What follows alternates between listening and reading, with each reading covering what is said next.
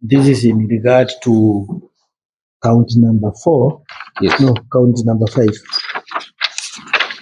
Now, if you look at count 1 at page 2, if you look at count number 1 at page 2, the state has stated the intended witnesses. There are 7 witnesses who are all police officers. Yes. But now let us go to count number 5. Count number 5 and number 6. And I want you to take note of that. We start from count number 4. Count 4, count 5. Yes. Count 4 and 5. Yes. The first accused is charged for having invited the co-accused or the co-accused to a meeting at his place. But the co-accused are not listed as witnesses. So we want to know why they are playing this game, Your Honor. They are playing a dirty game, and we don't want that. We want this is a fair trial to be done according to the Constitution. Yes, true. This playing with a game of minds. In count 1 and 2, they are co-accused. In count 5 and 6, they are witnesses against the first accused. But they are not stated. Because who is going to prove that charge? If you look at the particulars, we will pray to have them. I don't know if those are issues for trial. Yeah, but Your Honor, we have not been given the bundle. Yes. So we want your quest of giving us the bundles. Yes. We want that issue addressed because it brings the complication of complexity of the charge sheet. Because now here, these other co-accused are witnesses against one of the co-accused. He knows the implications when I raise that issue. He knows where we are heading to. Then secondly, Your Honor, count 9, 10, and 11. The first accused is accused. He has never smoked in his life. He has never even taken cigarettes. He's being accused of having in Sokoto 96. One thing we want to request the court. Yes. We want our independent forensic analyst. If those experts in count 9, count 10, and 11 can be availed, we want to send them to South Africa. We want to dust those government trophies and the uniform and guns. We want to lift the fingerprints to demonstrate that those things were planted there by the police. So we want an order so that we are able to take those things for an independent analyst outside this country. We want to bring these police officers into account. And we want to ensure that anybody who planted items in the first accused's house must face the full force of the law so that we remove this dishonest behavior from public officers who use our taxpayers' money and then they come and plant things. Yes, Your Honor, we want honest officers. So give us an order. We will take this to forensic science in South Africa or Germany to analyze and lift the fingerprints of those police officers who took those things to that house. Yes, I know with the current technology, artificial intelligence, we will lift the truth and we will bring those police officers into account. So, Your Honor, we have got 5 counts, which we are not going to agree to start the trial before we put our house in order. That's why we are requesting for a hearing in the month of November. So that by that time, the experts could have been taken to South Africa or to Germany, and they will come back with a proper report showing how many police officers handled those items. Your Honor, people must live according to our new constitution, transparency and the integrity of the process under Article 10, Clause 2C of the Constitution. We are questioning the integrity of this investigation, and we want to question it scientifically. And we are ready to spend to ensure that we get out to the truth. So, Your Honor, we need that order. that the DCI releases those exhibits in count 9, 10, and 11 for purposes of forensic analysis outside the country. And we pray that you strike out count 5 and 6, because it is purporting to say that the witnesses against the first accused, who are accomplices, are the co-accused. Your Honor, that is an insult to our rule of law. The police officers must know that we think, and we don't just look at documents. We unpack and interrogate the documents. And you, Akashua, look at this, you can see they are playing games. They want these co-accused to start fighting against each other, yet it is a lie. Yes. That's all, Your Honor, unless my colleagues have anything to add.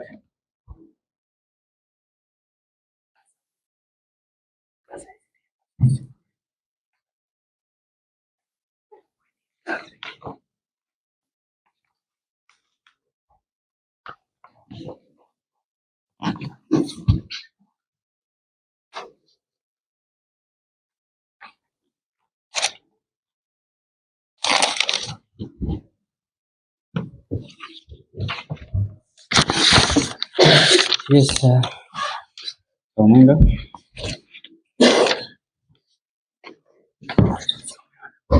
Your Honor, do I to respond with the justice?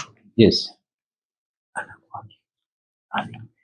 Your Honor, the items council is making application to be released to them to examine them have not been produced as exhibits before this court. So, in the circumstances, I think that the court has no jurisdiction to order that the evidence which the prosecution intend to use in evidence to be released to the defense, Your Honor, before the hearing starts. That will affect the integrity of the experts and the chain of custody.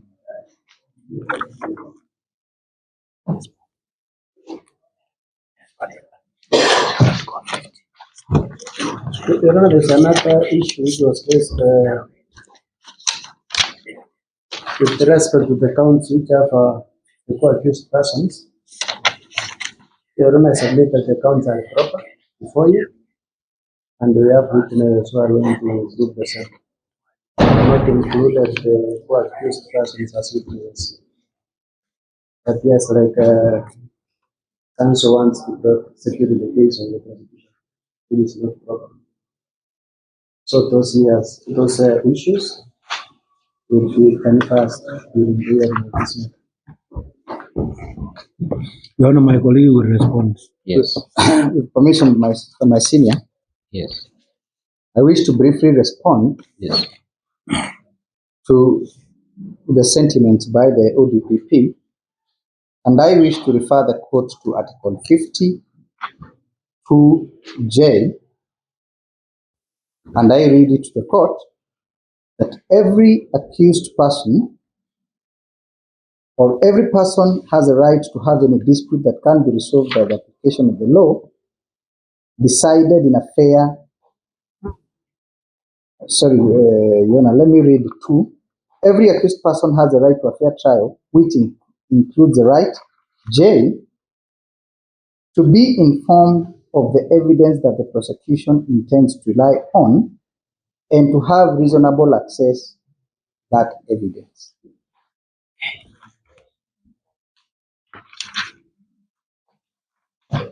K provides that the accused person is allowed to adduce and challenge the evidence that the prosecution wishes to rely on.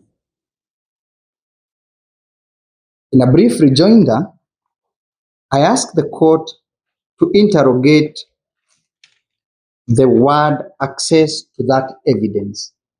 There is no limitation that has been placed by this constitution in terms of when that access is to be availed to an accused person, whether once that exhibit has been produced or otherwise. Therefore, I humbly submit that the Constitution, being the supreme law, has granted an access to the accused persons to have reasonable access to be able to challenge.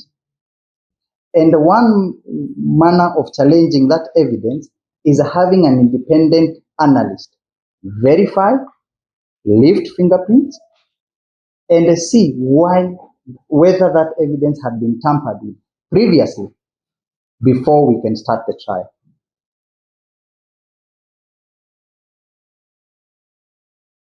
K gives the opportunity to the accused persons after they have been granted that access to adduce it in court. And any cross-examination cannot be undertaken, even for the first witness, if the evidence has not been availed to the accused persons, allowed them to have or undertake a forensic investigation. It will be material that we shall be relying on a report after a witness has been put on the stand. Therefore, it is paramount in respect to Article 52J to have that evidence availed, to have that evidence in conjunction, if that is what the prosecution fears that it will be interfered with, in conjunction with the prosecution, to have that evidence tested. Therefore, that matter will be settled before we can take a hearing date for this case. I think my senior wants to.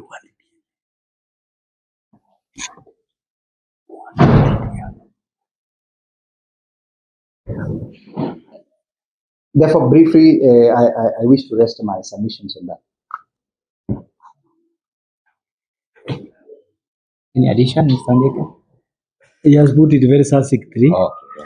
I wanted to add that actually we want a DNA analysis of all those items. You will have a chance to even reply. We want to use technology to ascertain the extent of interference by police, gathering items, going to dump them in a suspect in order to fix. That is an evil intention. Those are not people we should support with our taxes. So we want to ascertain the truth. Why are people who have taken an oath to protect the law behaving badly like that? Just to fix somebody for political ends. So we want to know whether people must sustain themselves in political power by using others, using the police. And you remember this problem was there previously. The current regime is complaining that it cannot use to be misused. Now we want to see where they are misusing the police. Yeah. It's the same forest, it's the same monkeys. We rest our case, Your Honor.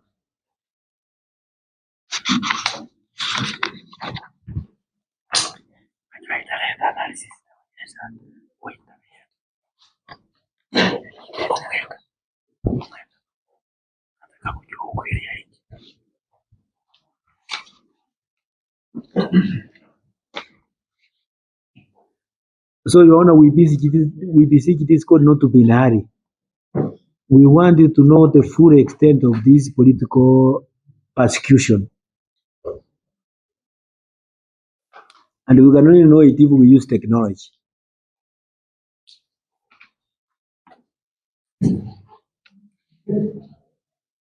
Very well. I'll consider the application and give a ruling on 18th of July 2023. As earlier stated, the attendance of the accused persons are dispensed with. On 18th? Yes. That's when you will give the ruling? Yes. Respecting the hearing of the matter, I'll give you a date in November as requested. Yeah? I'll give you a date for hearing of the substantive suit. We'll deal with the preliminaries before that date. Okay. Yes, I'll give you a date in November. Or give us strictly a date. 7? 3 One- days. 1 second. 3 consecutive. 1 second. 1 second.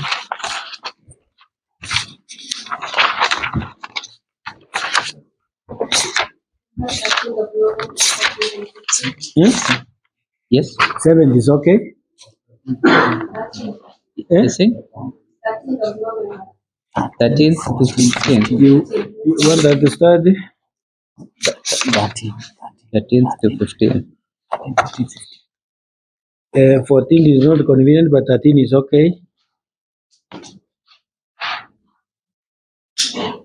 15. You're saying 14th is 15 not. is okay. We can take 13, 15, and 16. 14 is not convenient. And a date where we have 3 running days, 3 consecutive successive dates. 20th November. You're saying why not 7th? There was 7th, 8th, and 9th. 7th, 13th, and 15th. But these are not consecutive. No, yes, I need share just. We can take 7th, 8th, and the 9th. Let me see. We can take 7th, 8th, and 9th. 7.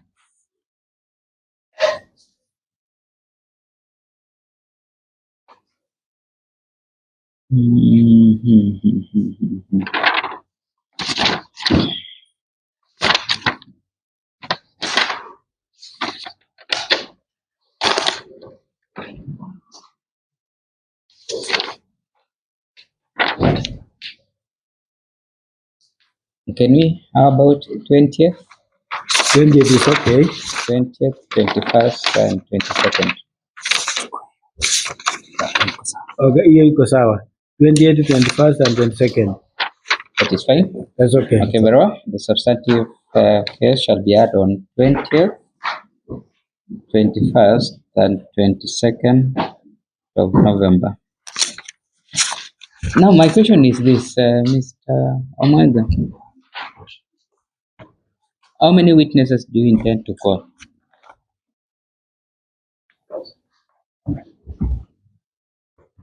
You don't intend to call 21 witnesses. 21. Yes. Okay, very well. I think we shall cover with 3 days. Let's just close those days.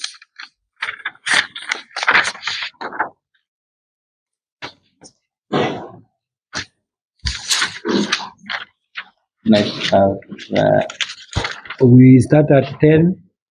Yes? We start at 10 so that we allow you to mention your matters. No, I'm closing the entire. Okay, so we start at 9. Yes, we start at 9. But for the ruling on the application, it shall be on 18th July.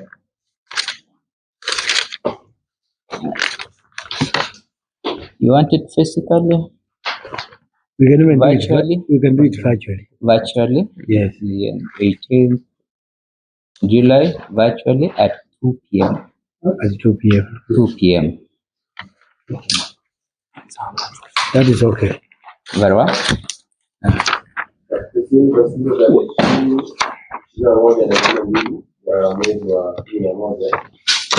Mahakama imetoa mwito kwa ombi ambalo wakili amewasilisha tarehe 18 mwezi wa 7 mwaka saa 8 mchana, ambapo uwepo wenu unahitajika. Lazima muwe kwa hiyo tarehe 18. Lakini siku ya tarehe 20 ndio Your Honor, on behalf of the bar, we wish to thank you most sincerely because you have been very patient and you have handled this thing ably since morning. Thank you very much. We are grateful. Thank you very much. Yes. Okay, have a good day.